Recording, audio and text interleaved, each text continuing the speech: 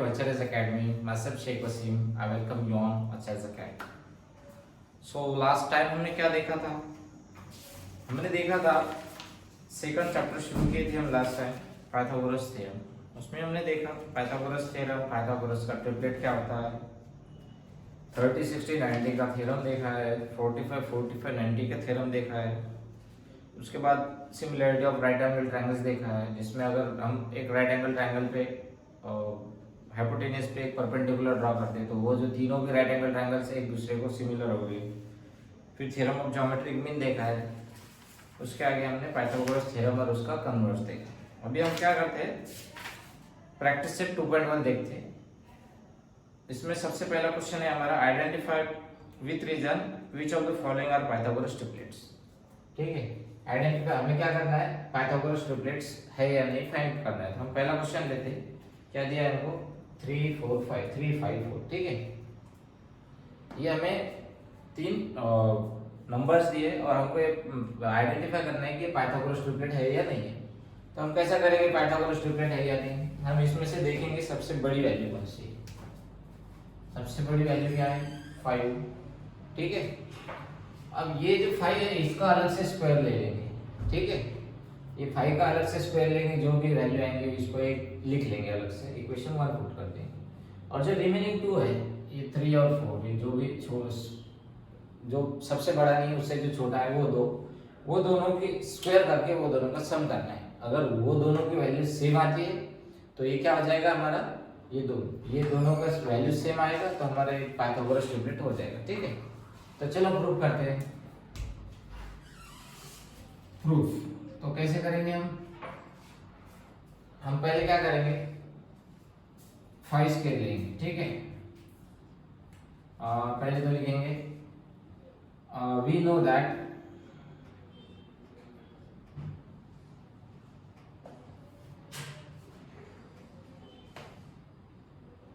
the value of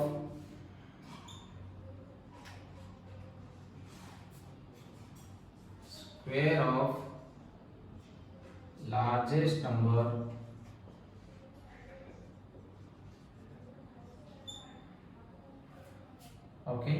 if the value of square of largest number is equal to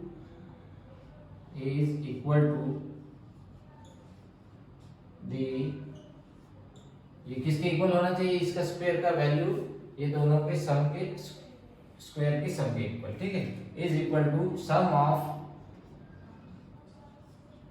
squares of remaining 2। ठीक है, remaining 2 sides, remaining 2 sides.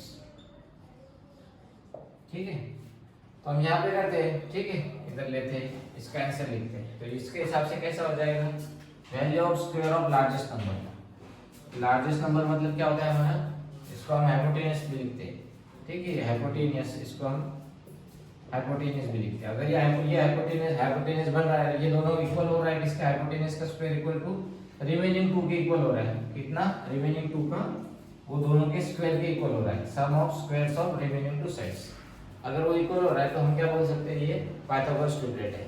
तो चलो इसको prove करके देखते हैं। तो पहले लेते हैं, फर्स्ट लेते हैं हम बिगेस्ट वैल्यू, वो क्या हो जाएगा, 5 का स्क्वायर, इसको लिखते हैं 5 इंटू 5, ये क्या हो जाएगा, 5 5 25। ठीक है, इसको इक्वेशन नंबर 1 दे देते हैं। ठीक है, अभी सेकंड लेते हैं। ये सेकंड में क्या लेना पड़ेगा हमको, सेकंड में हमको क्या लेना पड़ेगा, 3 और 4, ये दोनों का स्क्वायर करना है और उसको समेशन भी करना है। तो कैसे करेंगे, 3 का स्क्वायर प्लस 4 का स्क्वायर। ओके, तो कैसा 3 का स्क्वायर कैसे लिख सकते हैं हम, 3 इंटू 3 प्लस 4 इंटू 4। तो ये क्या हो जाएगा, 3 इंटू 3 कितना हो जाएगा, ये वैल्यू आ जाएगा 9। ओके, और ये 4 इंटू 4, ये वैल्यू क्या आ जाएगा, 4 4 16। तो ये टोटल वैल्यू कितनी हो जाएगी, 25। तो ये हम लिख सकते हैं इसको, hence 3 square plus 4 square equals to 25। Okay, इसको ऐसा लिख सकते हैं, ये हो गया इक्वेशन नंबर 2। ठीक है, तो ये क्या हो गया, हेंस 5 स्क्वायर फ्रॉम 1 and 2। ठीक है, हम क्या लिख सकते हैं, from 1 and 2, from equation 1 and 2 क्या लिख सकते हैं, ये देखो 5 स्क्वायर, ये 5 स्क्वायर इक्वल्स टू 25 और 3 स्क्वायर प्लस 4 स्क्वायर ये भी 25 है, तो ये लिख सकते हैं हम इसको ऐसा 5 square equals to 3 square plus 4 square. Hence 3 4 5 ये इक्वल आ रहा है, अगर इक्वल आ रहा है तो ये क्या हो जाएगा, हमारा पाइथागोरस ट्रिपलेट हो जाएगा। 3, 4, 5 इज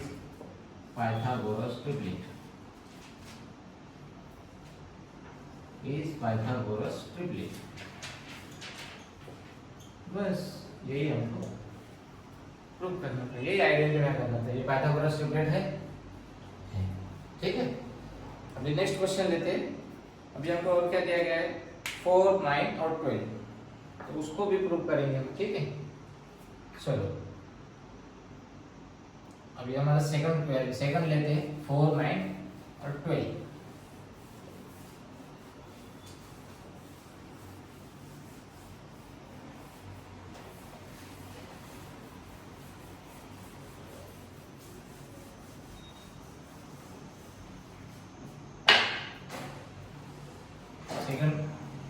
सेकंड क्वेश्चन है हमारा 4, 9, 12। ठीक है, 4, 9, 12। ठीक है, तो अभी हम सबसे पहले हम क्या करते हैं, देखो हमारा बिगेस्ट वैल्यू जो है, बिगेस्ट वैल्यू क्या है 12, इसका स्क्वायर करेंगे और ये रिमेनिंग 2 साइड्स का स्क्वायर करेंगे। अगर ये दोनों की वैल्यू इक्वल आती है तो हमारा पाइथागोरस ट्रिपलेट हो गया, अगर इक्वल नहीं है तो ये पाइथागोरस का ट्रिपलेट नहीं है। तो चलो लेते हैं, हम क्या जानते हैं, वी नो दैट, ऐसे लिखते हैं इसको फिर से, वी नो दैट, क्या हमें क्या पता है, the value of, if the value of square of largest number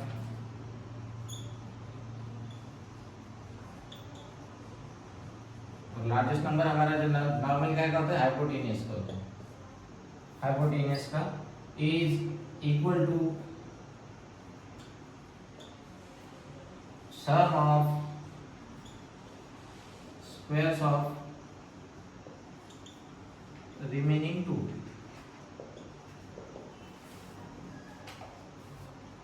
numbers.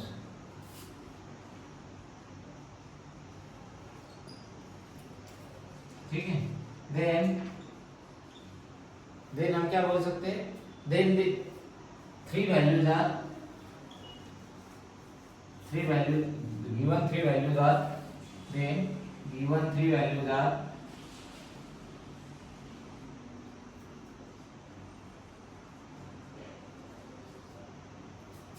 Pythagoras triplet. अगर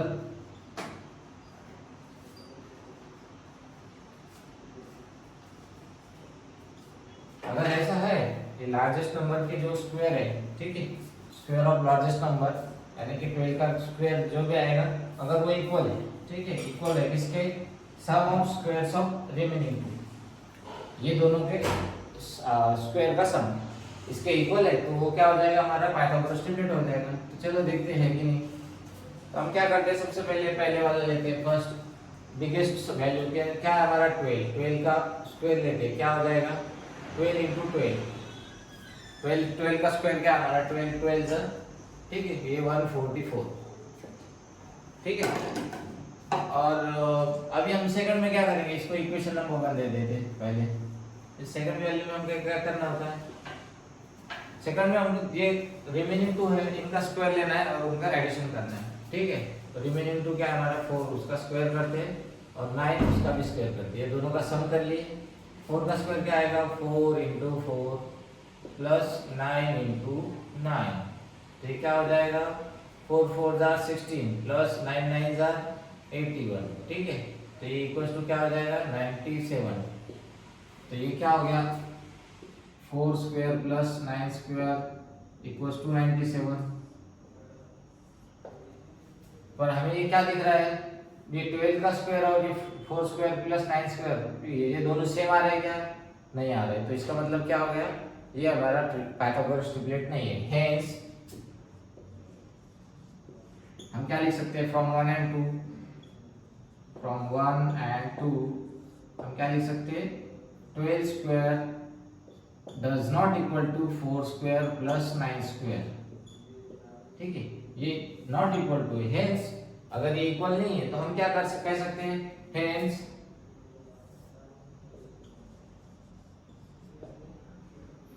4 9, 12 is not Pythagoras, is not a Pythagoras triplet.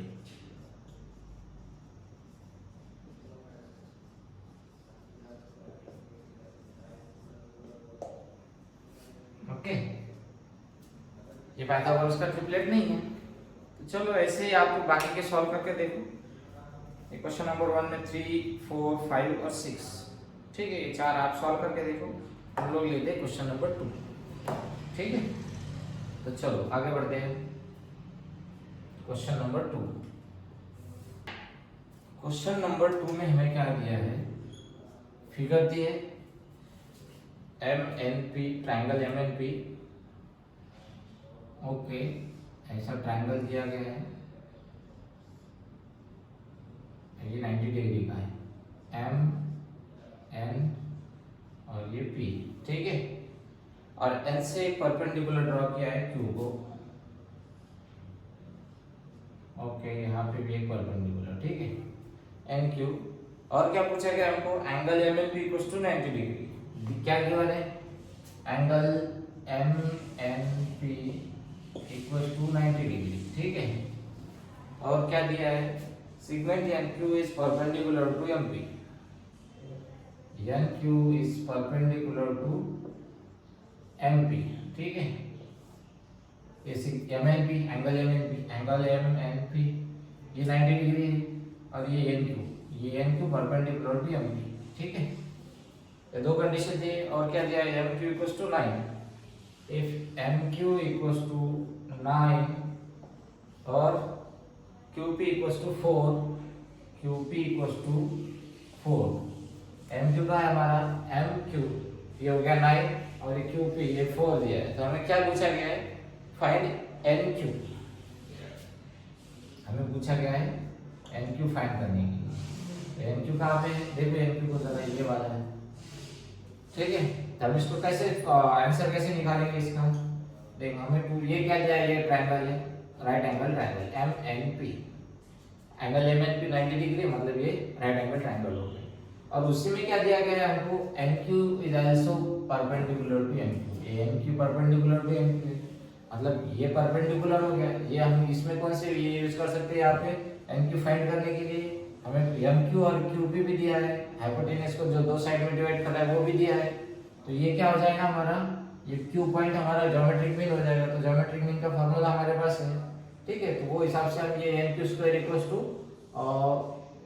MQ into QP ऐसा ले सकते हैं, या तो फिर under NQ equals to under root MQ into QP ले सकते हैं। तो हमें वैल्यू मिल जाएगी, वो वैल्यू हो जाएगी हमारी NQ की, ठीक है। तो इसको सॉल्व करते हैं। तो चलो, ये गिवन तो हमारे पास है ही, इसको गिवन लिख लेते हैं एज इट इज, ठीक है। ये गिवन है, ठीक है, ये है गिवन। और हमें प्रूव क्या करना है, NQ इक्वल्स टू व्हाट, इस NQ की वैल्यू निकालना है। तो अभी चल लिखते हैं, ठीक है। इन ट्रायंगल, कौन सा ट्रायंगल है, MNP ट्रायंगल में क्या दिया गया हमको, NQ is perpendicular to MP, ठीक है। NQ is perpendicular to MP, तो इसका मतलब क्या हो गया, NQP या NQM ये 90 डिग्री हो गया। तो हम यहाँ पे क्या लिख सकते हैं, ठीक है। यहाँ पे हम यूज कर सकते हैं NQ इक्वल्स टू, ये फार्मूला लिख सकते हैं, by hence by theorem of geometric mean.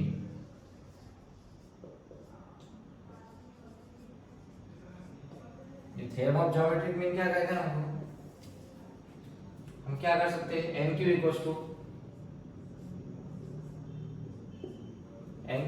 Equals to under root M Q into Q P. ठीक है, ऐसा लिख सकते हैं हम इसको। हमारे पास एम क्यू की वैल्यू है हमारे पास 9 और क्यू पी की 4, तो एम क्यू की निकल जाएगी। तो एम क्यू की वैल्यू हमारे पास है 9 इंटू क्यू पी की वैल्यू हमारे पास है 4। तो ये एम क्यू की वैल्यू कितना हो जाएगा हमारा, M Q equals to root 9 4 जा 36। ठीक है, अब 36 को हम और कैसे लिख सकते हैं, 36 को मल्टीप्लाई करके देखते हैं। ठीक है, 9 4 जी आएगा सीधा सीधा, 9 और 3 दोनों भी आएगा, तो रूट 36 का आंसर क्या आ जाएगा हमारा 6। इसका स्क्वायर रूट ले लेते हैं तो क्या आ जाएगा हमारा N Q equals to 6। Hence N Q equals to 6 units.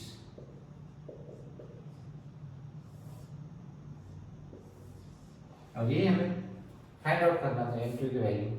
ठीक है, ये एम क्यू हमारा 9 था, ये 4 था और ये हमारा 6 मिल गया। चलो, तो अभी हम देखेंगे क्वेश्चन नंबर 4। ठीक है, question number 4।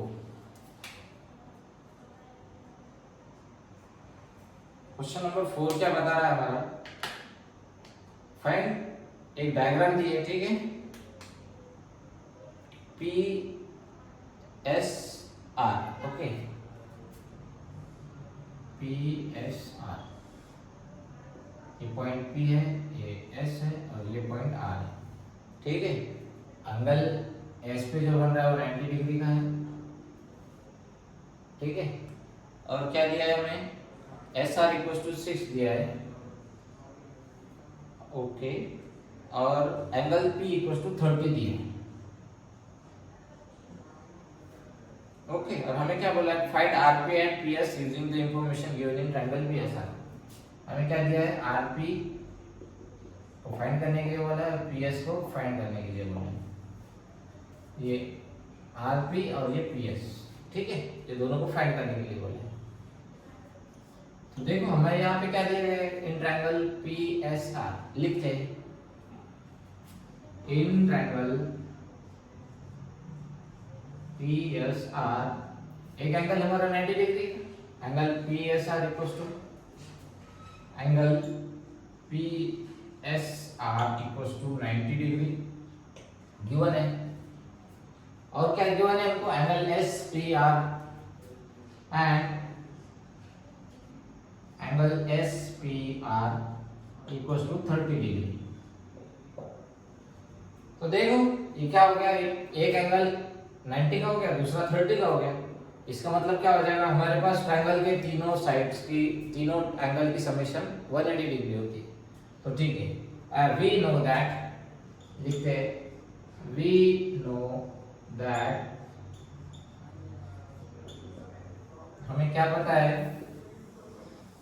Summation of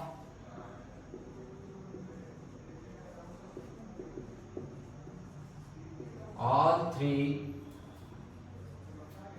angles of a triangle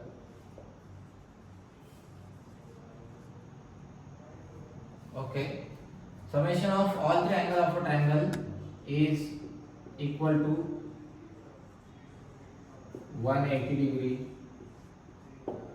हमें ये पता है, ठीक है, summation of all three angles of a triangle is 180 degree. मतलब ये अगर हमारा कोई भी ट्रायंगल है, कोई सा भी ट्रायंगल हो, चाहे राइट एंगल हो, चाहे वो इक्विलैटरल हो, आइसोलेसिस हो, जैसे भी ट्रायंगल हो, अगर उस ट्रायंगल है तो उसकी समेशन, तीनों एंगल्स की समेशन 180 आएगी। तो अगर ये हमारा एस 90 हमें दिया है और ये 30 दिया है, तो ये कैसा हो जाएगा, अगर हम 180 में से 90 प्लस 30 माइनस करते हैं तो ये कितना हो जाएगा 120, और ये 180 माइनस 120 तो ये 60 आ जाएगा। चलो हम निकालते हैं, Hence angle S plus angle P plus angle R equals to 180 degree. ये हो जाएगा। तो हम एंगल S की और एंगल P की वैल्यू हमें पता है, तो पुट करते हैं। एंगल S की वैल्यू हमारे पास क्या है 90 डिग्री, प्लस P की वैल्यू क्या है हमारे पास एंगल P की 30 degree, plus angle R equals to 180 degree.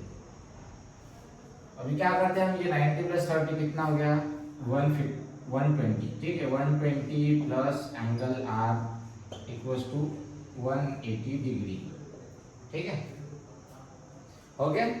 अब इसके बाद देखते हैं हम एंगल R को, ये 120 इधर पॉजिटिव है, इधर जाने के बाद नेगेटिव हो जाएगा, ठीक है, उसको राइट हैंड साइड में भेज देते हैं। Angle R equals to 180 minus 120 हो गया। 180 माइनस 120 का आंसर आएगा हमारा 60 degree. Hence angle R equals to 60 degree. ये आ गया हमारा एंगल R, ठीक है। तो अभी हमें क्या मिल गया, एंगल R की वैल्यू हमें 60 मिल गई। बेसिकली आपको ध्यान रखना है, कहीं पे भी अगर एक 90 डिग्री का एंगल है और वो एक कोई 60 बताया तो ऑपोजिट वाला 30 होगा, या फिर 30 बताया है तो ऑपोजिट वाला 60 होगा, ठीक है। एक उसमें और कंडीशन है ना, ये एक एंगल 90 डिग्री का चाहिए, ठीक है। तो ये ऐसी कंडीशन अगर आ रही है हमारी तो क्या हो जाएगा 30 60 90 वाला ट्रायंगल हो जाएगा। और 30 60 90 आ गया तो हम उसको 30 60 90 अप्लाई कर सकते हैं, ठीक है। तो यहाँ पे हम अप्लाई करेंगे 30 60 90 डिग्री थ्योरम, ठीक है। ये हो गया एंगल R इक्वल्स टू 60।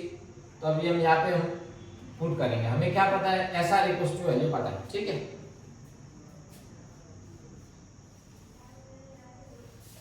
तो हम लिखते हैं हेल्स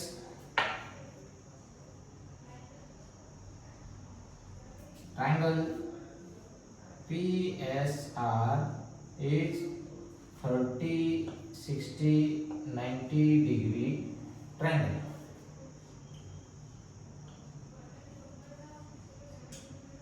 ये 30 60 90 डिग्री वाला ट्रायंगल हो गया, 30 60 90 डिग्री वाला। तो हम यहाँ पे 30 60 90 की प्रॉपर्टी भी यूज कर सकते हैं। Hence by using 30 60 90 degree property, hence by using 30 60 90 degree property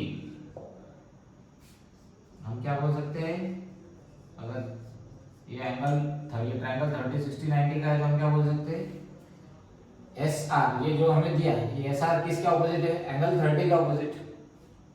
ये 30 का ऑपोजिट SR हो गया। तो अगर ये SR की वैल्यू हमें पता है तो हमको PS की निकालना है, तो या हाइपोटेनस की निकालना है। सबसे पहले हम हाइपोटेनस की निकाल लेते हैं, हाइपोटेनस की निकाल लेते हैं तो हम हाइपोटेनस की वैल्यू निकाल सकते हैं। Hence SR SP equals to, ठीक है, RP, okay, RP equals to इसका डबल हो जाएगा, RP equals to 2 into SR। Hence RP equals to, RP क्या है हमारा, RP देख लो पहले 90 डिग्री का ऑपोजिट है मतलब हाइपोटेनियस है, तो इसको ऐसे भी लिख सकते हैं RP hypotenuse equals to 2 into SR। 2 तो हमारा क्या हो गया 30 के ऑपोजिट वाली साइड होगी, 2 into SR क्या है 30 SR, ओके, SR ये क्या है 30 degree side opposite to 30 degree, ठीक है, साइड ऑपोजिट टू 30 डिग्री। इसका मतलब क्या हो गया, ये साइड ऑपोजिट टू 30 डिग्री की वैल्यू जितनी होगी हाइपोटेनस की वैल्यू उससे डबल होगी।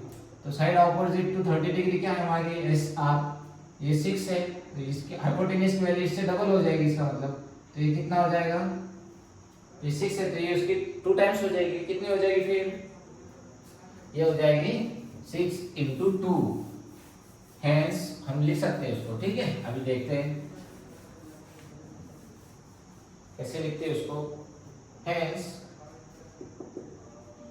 RP इक्वल्स टू, RP की वैल्यू क्या है हमारे पास, ऐसे नॉर्मल लिखते हैं RP equals to 2 into SR, okay. और RP की वैल्यू क्या दी गई हमको,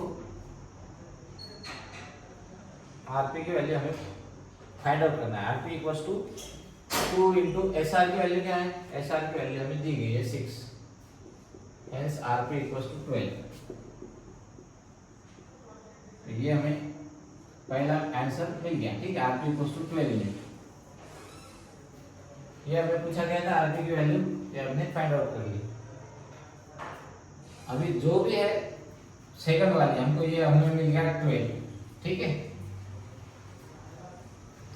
अभी हम ये एसपी की वैल्यू निकालेंगे। एसपी की वैल्यू कैसे निकलेंगे? एसपी की वैल्यू हमें निकलेंगे या तो हम 30 के बेस मानो या फिर 60 ये 90 का ऑपोजिट हाइपोटेनस को बेस मानो। अगर 30 को बेस मान लिए तो वो क्या हो जाएगा हमारा एस आर, ठीक है। ये एसपी इक्वल्स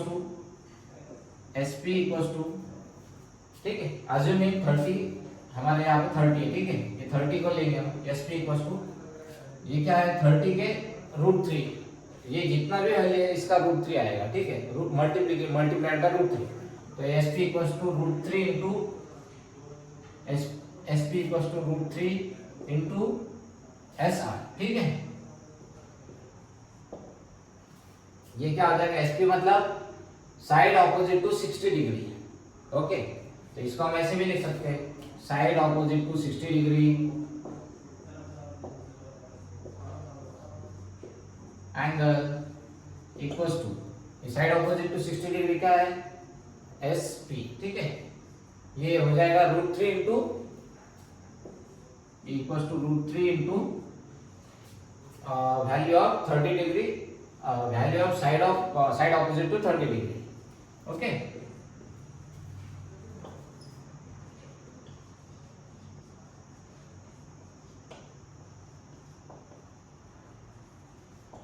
ये क्या हो जाएगा देखो side opposite to 60 degree angle कौन सा है हमारा, ये 60 डिग्री एंगल है, एंगल आर, इसके ऑपोजिट साइड कौन सी है एसपी। देखो यहाँ से ऊपर ऐसा देख लो ये एसपी आएगा, तो SP equals to √3 as it is into side opposite to 30 degree angle क्या है हमारा 6, ये ठीक है। एसपी 30 एंगल भी 30 डिग्री है, उसके ऑपोजिट साइड एसआर, उसकी वैल्यू 6, वो पुट करते हैं हम यहाँ पे एसआर की वैल्यू।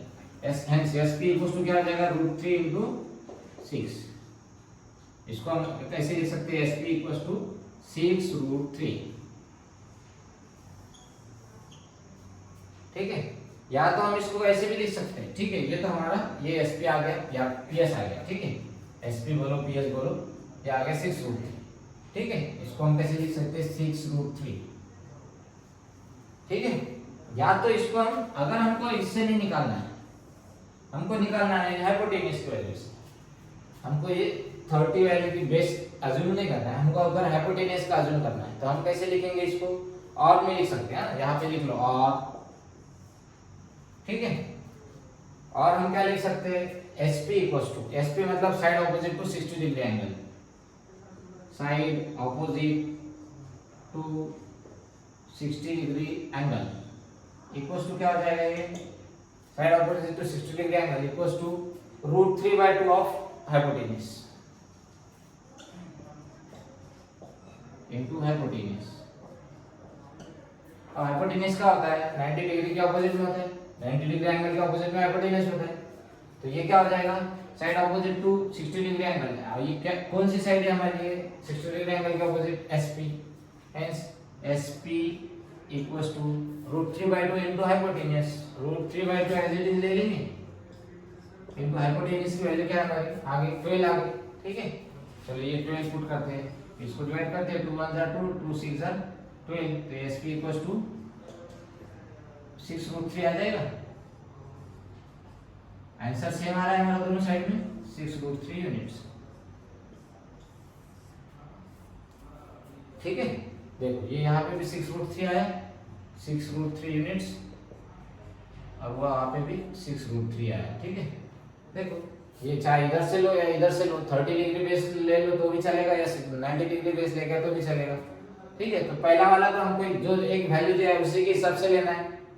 यहाँ पे भी हम क्या लिख सकते हैं, ये क्या लिखे थे हमने यहाँ पे hypotenuse equal to 2 times of side opposite to 30, या तो हम ऐसे भी लिख सकते हैं side opposite to 30 equals to half of hypotenuse, ऐसे भी लिख सकते हैं। ये 2 को इधर ले लो, hypotenuse divide by 2 equals to side opposite to 30 degree, तो बस ऐसे ही करना है, सिंपल है। ऐसे आपको क्वेश्चन नंबर 4 हो गया। आपको क्वेश्चन नंबर 5 जो है आप खुद सॉल्व करो, ठीक है। उसके बाद में क्वेश्चन नंबर हम लेते हैं क्वेश्चन नंबर 6, ठीक है। चलो क्वेश्चन नंबर 6 में हमें क्या दिया गया है, find the side and perimeter of square which diagonal is 10 centimetre, ठीक है। एक स्क्वायर दिया गया है, क्वेश्चन नंबर 6 में हमें क्या दिया गया है, एक स्क्वायर दिया गया है, एक स्क्वायर है, स्क्वायर है मतलब इसका क्या हुआ, each angle is equal to 90 degree, ठीक है। हम इसको अज्यूम करते हैं ABCD एक स्क्वायर है, ठीक है। Assume ABCD is a square, ठीक है। हमें क्या दिया है, स्क्वायर दिया है, उसका अभी नाम नहीं दिया है, हम ऐसे अज्यूम करते हैं quadrilateral ABCD is a square, ठीक है। ये ABCD हमने खुद सीखी। अगर स्क्वायर है तो इसकी अगर एक वैल्यू क्या क्या बोला गया है, find the side and perimeter of square which diagonal is 10 centimetre. अच्छा,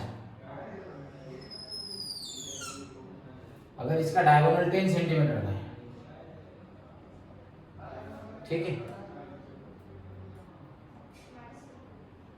ये डायगोनल हमें दिया गया 10 centimetre, AC equals to 10 centimetre. तो हमें क्या बोला गया है, इसका साइड वैल्यू निकालना है, साइड की वैल्यू मतलब AD इक्वल्स टू या AD इक्वल्स टू DC। हमें क्या फाइंड करना है, AD equals to DC equals to CB equals to BA और AB equals to DC equals to CB okay equals to AD, ठीक है। ये चारों की वैल्यू इक्वल ही आएगी, ये हमको फाइंड करना है। जो भी आएंगे वो सबकी इक्वल आ जाएगी। अगर इसकी x आएगी तो इसी की भी x आएगी, इसकी भी x आएगी और इसी की भी x आएगी, क्योंकि ये स्क्वायर है, स्क्वायर की चारों साइड सेम होती है, ठीक है, इक्वल होती है। अभी हमें क्या दिया गया है, हमें ये दिया गया है कि इसका डायगोनल है, given diagonal AC is 10 centimetre, diagonal of square, diagonal AC of square ABCD is 10 centimetre. अगर डायगोनल 10 सेंटीमीटर है, यहाँ पे हमें एंगल दिया है 90 डिग्री, ठीक है। ये 90 को डिवाइड करके आ रहा है, ये भी 90 को डिवाइड करके ये आ रहा है। इसका हर एंगल 90 होता है, ये 90 को डिवाइड कर देगा तो एंगल A और एंगल C कितना हो जाएगा, यहाँ से ये ट्रायंगल ADC में देखेंगे तो हेंस इन ट्रायंगल ADC में क्या हो जाएगा, हमें in triangle ADC angle ADC equals to 90 degree, ठीक है। Angle ADC equals to 90 degree हो जाएगा।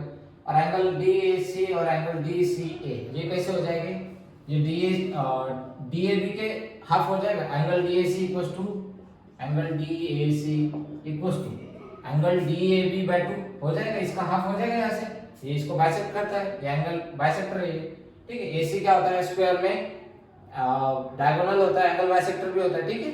तो ये AC डायगोनल है तो एंगल बाइसेक्टर भी हो जाएगा, hence angle DAC equals to half of angle DAB। तो हमारे पास एंगल DAB क्या है, DAB हमें दिया गया 90 डिग्री, ठीक है। ऑल क्योंकि ऑल एंगल्स, तो ये क्या हो जाएगा, हाफ ऑफ 90 डिग्री। यहाँ पे हम रीजन दे सकते हैं, क्यों, so because all angles of a square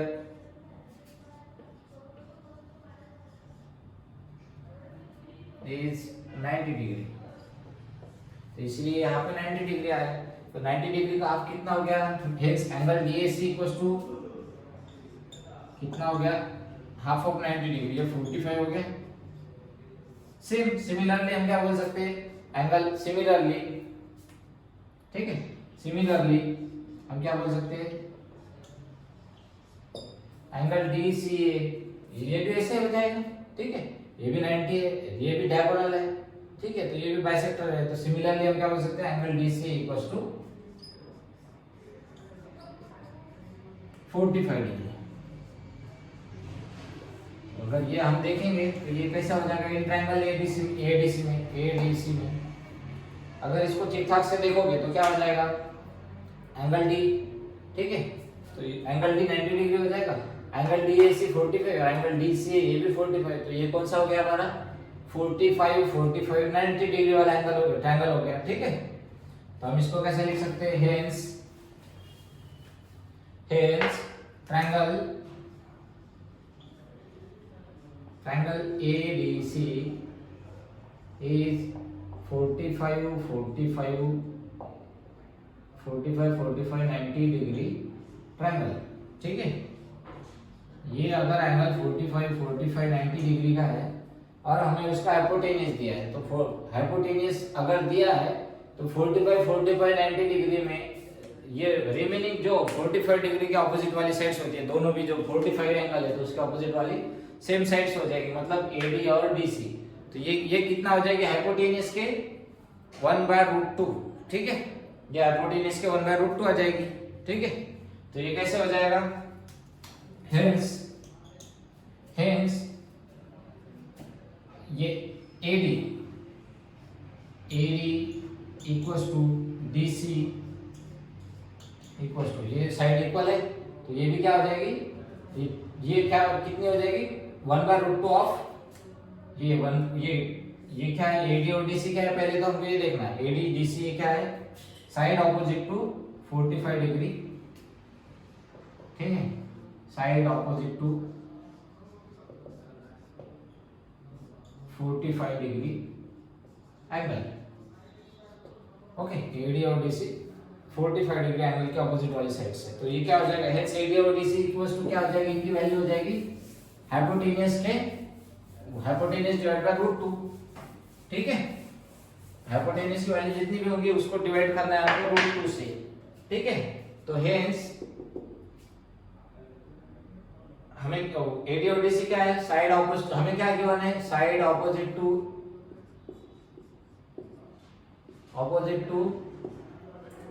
45 degree equals to 1/√2 into hypotenuse, ये हमें हाइपोटेन्यूज ये हमें पता है। ये क्यों पता है हमको, ये 45 90 डिग्री का एंगल अगर रहा तो ये side opposite to 45 degree equals to कितना हो जाएगा 1/√2 इनटू हाइपोटेन्यूज। तो अभी हम यहाँ पे साइड ऑपोजिट टू 45 डिग्री हमें क्या दिया गया है, AD इक्वल्स टू DC, ठीक है। ये AD इक्वल्स टू क्या हो जाएगा, हेंस AD इक्वल्स टू 1/√2 और हाइपोटेन्यूज की वैल्यू क्या है, हाइपोटेन्यूज की वैल्यू हमें दी गई है 10, ओके। तो ये क्या हो जाएगा 10/√2, ऐसे हो गया।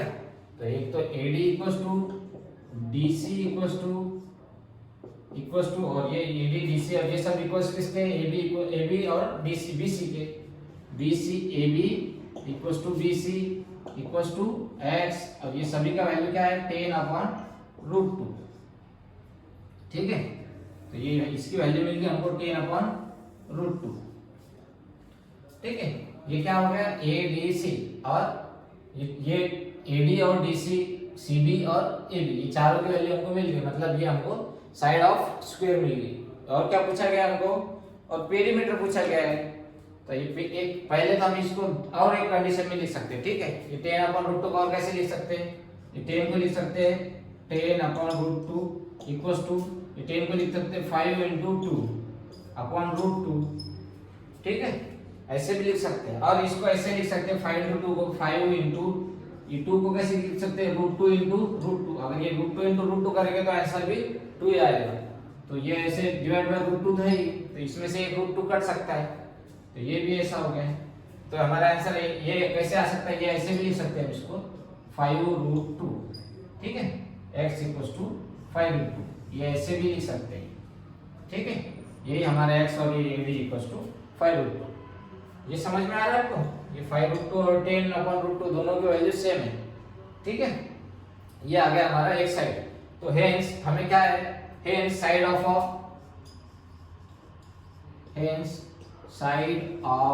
अ square is equal to 5√2 unit, और सॉरी यहाँ पे सेंटीमीटर दिया है ना, 5√2 सेंटीमीटर, ठीक है। Equal to 10/√2 centimetre. ठीक है, ये दोनों की भी वैल्यू सेम आएगी हमारी। तो अभी हमको मिल गई, एक साइड मिल गई, और हमें क्या पूछा है, पेरीमीटर भी पूछा है। तो पेरीमीटर को हम कैसे ड्रॉ करते हैं, पेरीमीटर कैसे निकालते हैं हम, पेरीमीटर कैसे निकालेंगे, पूरी साइड्स का समेशन करेंगे तो हमें पेरीमीटर मिल जाएगा। हेंस अभी हम क्या करेंगे, पेरीमीटर। ठीक है, perimeter of a square, perimeter of a square का फॉर्मूला क्या है, perimeter of a square equals to 4 into side, 4 into side, length of side.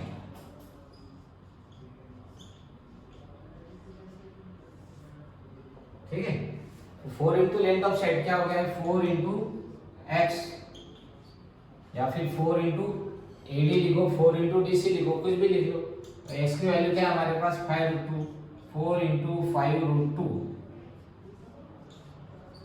क्या आ जाएगा, 5×4=20√2।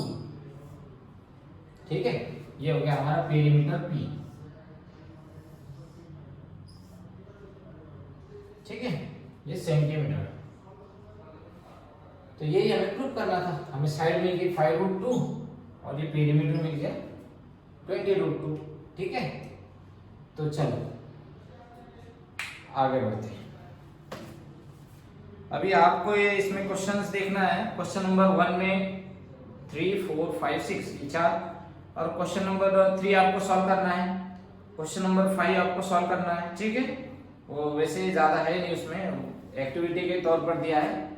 उसके बाद में हम लोग देखेंगे क्वेश्चन नंबर 7 और हाँ क्वेश्चन नंबर 8 आपको सॉल्व करना है। ठीक है, रेक्टेंगल क्या जो वैल्यू निकालना है वो आपको सॉल्व करना है। ठीक है, उसके बाद में हमको क्या करना पड़ेगा, क्वेश्चन नंबर 9 और 10 हम लेंगे। ठीक है, 7, 9 और 10 हम ले लेंगे। तो ठीक है, तब तक अपना ख्याल रखो, देखो ये एक्सरसाइज सॉल्व करो, मुझे सेंड भी करो। ठीक है, कोई डाउट रहा तो मुझे पूछिएगा। चलो फिर मिलते हैं, तब तक के लिए bye, good bye, take care, good day.